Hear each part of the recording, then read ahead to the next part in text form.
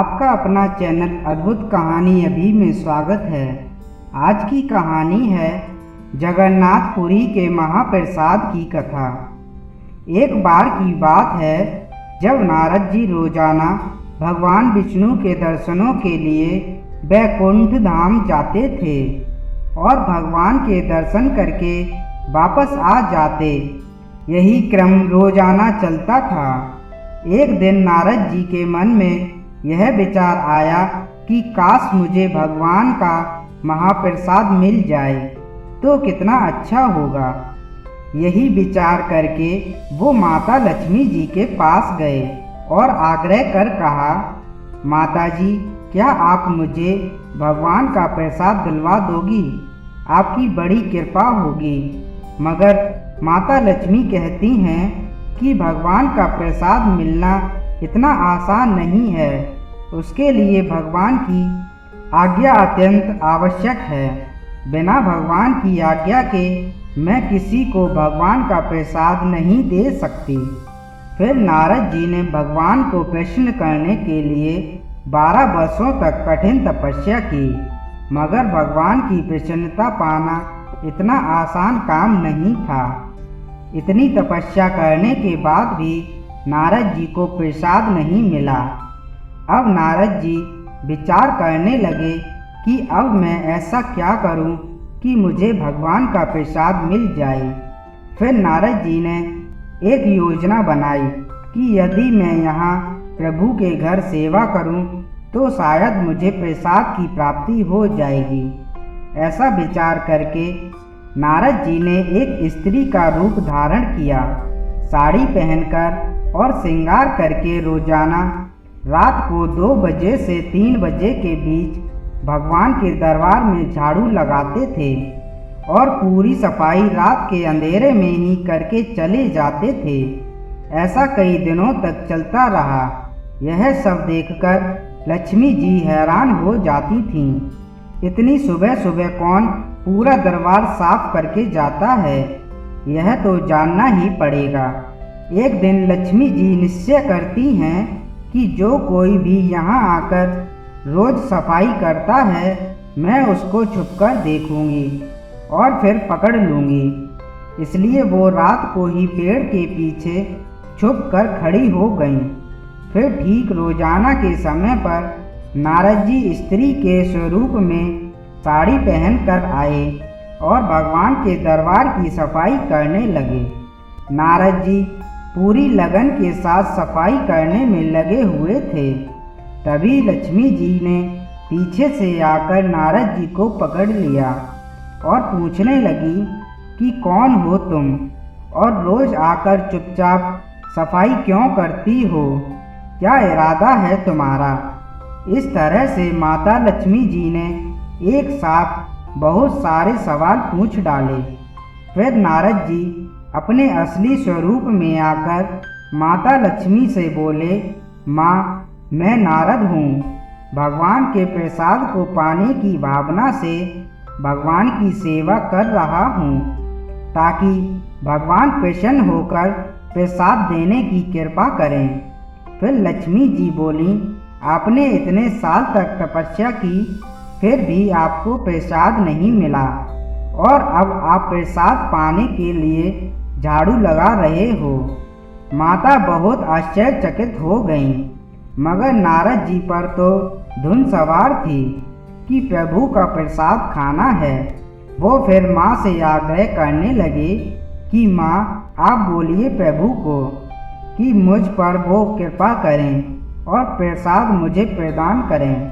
फिर माता लक्ष्मी जी नारायण भगवान विष्णु के पास गईं और प्रभु से पूछा कि नारद जी आपके प्रसाद के लिए बहुत आग्रह कर रहे हैं।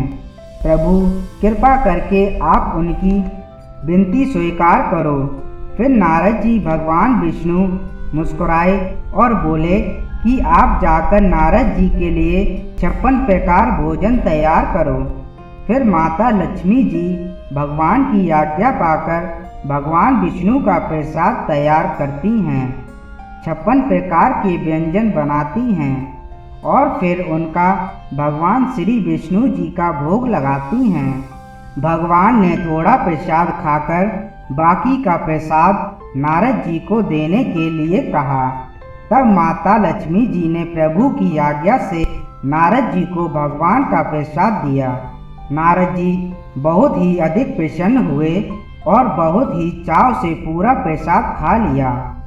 फिर तो नारद जी भगवान का नाम जितना जपते वो उसका लाख गुना हो जाता, क्योंकि भगवान का प्रसाद जो नारद जी ने खाया था।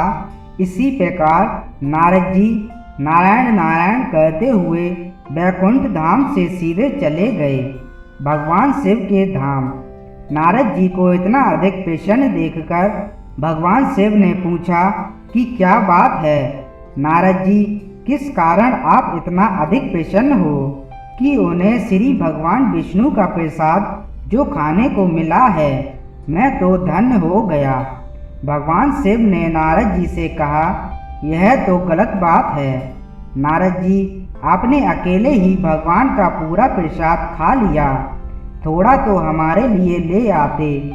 नारद जी बोलते हैं कि भगवान का प्रसाद खाते हुए मुझे भगवान के सिवा कुछ और याद ही नहीं रहा, इसलिए मैंने सारा प्रसाद खा लिया। तभी भगवान शिव की नज़र नारद जी के मुँह पर लगे एक चावल के दाने पर पड़ी। भगवान शिव ने वो एक दाना ही प्रसाद ग्रहण कर लिया। फिर तो वो भी भगवान विष्णु में ही मगन हो गए और खुशी से नृत्य करने लगे। माता पार्वती ने जब भगवान शिव को इस तरह से भक्ति भाव में विलीन होकर नृत्य करते हुए देखा तो वो भी पूछने लगी कि ऐसा क्या हुआ है जो आप इतने अधिक प्रसन्न दिखाई दे रहे हो, कृपया करके बताइए। भगवान शिव ने सारी कथा माँ पार्वती जी को बता दी। फिर तो माता पार्वती नाराज हो जाती हैं और भगवान शिव से कहती हैं कि मैं आपकी अर्धांगिनी हूँ, फिर भी आपने मुझे प्रसाद नहीं दिया और अकेले ही भगवान का प्रसाद खा लिया। आपको एक दाना मिला था तो आप आधा मुझे दे देते। माता पार्वती जी नाराज होकर वैकुंठ धाम प्रभु विष्णु जी के पास जाकर उनसे लड़ने लगीं। उन्होंने कहा कि आपने मुझे अपना प्रसाद नहीं दिया और नारद जी और भगवान शिव को प्रसाद मिल गया, सिर्फ मुझे ही नहीं मिला।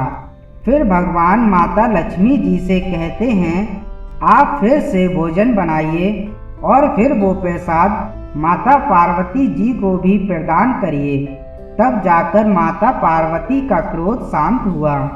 तब भगवान विष्णु ने माता पार्वती जी को वचन दिया कि मैं कलयुग में दारू ब्रह्मा के रूप में जगन्नाथपुरी में विराजमान होऊंगा।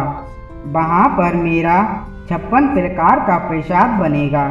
वह प्रसाद मुझे चढ़ाने के बाद आपको सबसे पहले दिया जाएगा, इसलिए आपका मंदिर भी वहीं पर उसी प्रांगण में स्थापित होगा। वहाँ पर आपका नाम माता विमला देवी के नाम से प्रसिद्ध होगा और सभी लोग आपकी पूजा करेंगे। आपको प्रसाद चढ़ाने के बाद वह प्रसाद महाप्रसाद बन जाएगा। उसके बाद ही सबको वितरित किया जाएगा। इस महाप्रसाद को पाकर सभी लोग धन्य हो जाएंगे और उनके सभी तरह के पापों का अंत हो जाएगा। तो आपने देखा कि भगवान का यह महाप्रसाद पाने के लिए देवताओं को भी बहुत तप करना पड़ता है और हम सब यह महाप्रसाद भगवान जगन्नाथपुरी के धाम में प्राप्त कर सकते हैं। इस महाप्रसाद की महिमा अपरंपार है। धन्यवाद दोस्तों। अगर ये कहानी आपको अच्छी लगी हो तो लाइक कमेंट करें। अगर नए हैं तो चैनल को ज़रूर सब्सक्राइब करें।